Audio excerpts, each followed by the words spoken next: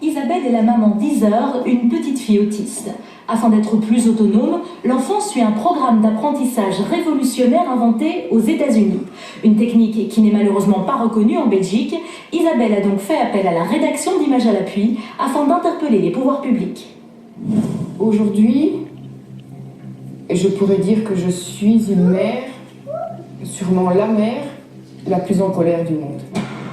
Iser a 4 ans. C'est une petite fille comme les autres, ou presque. C'est à l'âge de 18 mois que sa maman Isabelle remarque chez elle un changement de comportement. J'étais de moins en moins là, et surtout, il n'y avait plus aucun nouveau mot, aucun nouveau geste qui apparaissait, bien du contraire, elle régressait. On pouvait faire autant de photos qu'on voulait, elle ne regardait jamais l'objectif non plus. Je pouvais l'appeler 1000 fois par son prénom, elle ne réagissait absolument pas. À l'époque déjà, les signes se multiplient. Les gens rentraient ici, elle ne voyait personne. Quand les enfants jouaient à plusieurs pendant des fêtes d'anniversaire ou quoi que ce soit, il y avait toujours un seul enfant qui était isolé, c'était tout le temps Iser.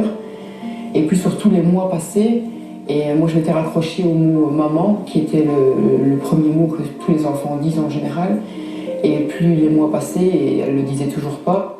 Quand le verdict tombe, avec les larmes vient l'envie de se battre contre ce trouble du développement. Ça fait mal. Ça fait mal parce qu'on a un enfant différent. Nous, c'est notre enfant, c'est quand même le plus beau, le plus grand et le plus fort. Mais on a peur des souffrances qu'elle pourrait, elle, avoir plus tard face à l'intolérance des gens. Après, on se rend compte, on a une deuxième douleur quand on sait que c'est un handicap où, malheureusement, dans le pays ici, je veux dire, on est quasi nulle part. Donc on sait bien qu'il n'y aura pas l'encadrement. Isabelle commence par se documenter sur l'autisme. Elle veut comprendre toutes les facettes de la maladie afin d'y faire face.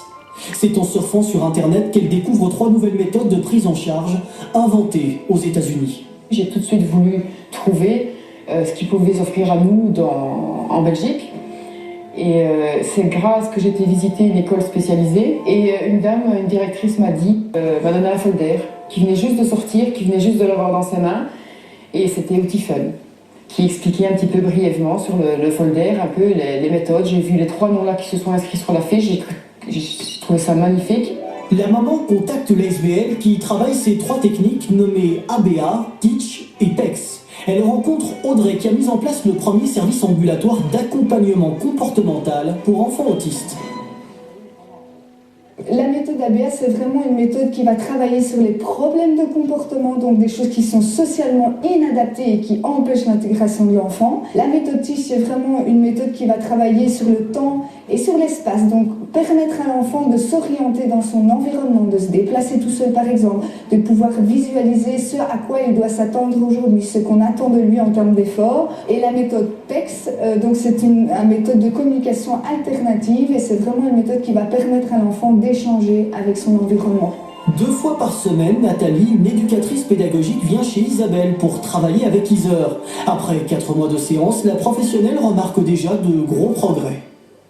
Ce qu'elle ne savait pas faire quand je suis arrivée, c'était l'imitation physique de gestes simples. Donc répondre à une consigne comme « fais ceci ». Ce qu'elle ne faisait pas avant non plus, c'était demander des choses avec son carnet PEX, donc son outil de communication alternatif.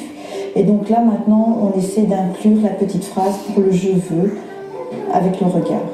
Ravie des résultats, Isabelle affirme voir sa fille évoluer après chaque séance. Malheureusement, ces visites coûtent cher.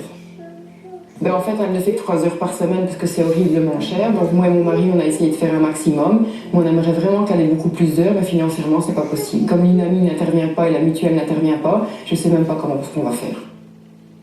Donc ces méthodes sont pas encore remboursées ici en Europe parce qu'elles doivent faire leurs preuves. Aujourd'hui, en Belgique, c'est pas remboursé, c'est pas reconnu, mais connu. Voilà, ça c'est la grosse différence. La combinaison des 3 méthodes coûte plus de 500 € par mois à la famille. Isabelle a donc eu l'idée de créer une ASBL. Aidée par des bénévoles sensibles au sort d'Iser, elle vend des objets pour récolter des fonds.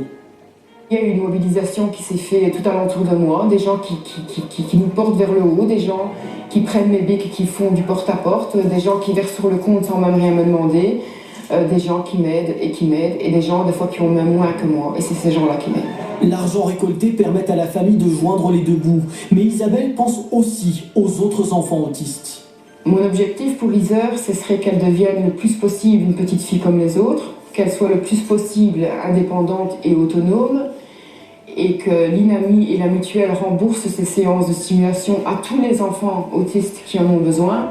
Malheureusement, dans notre pays, ces méthodes sont encore récentes. Le chemin risque donc d'être encore long. Isabelle continue malgré tout à mener son combat avec comme plus grand espoir, entendre sa fille lui dire un jour « Maman, je t'aime ».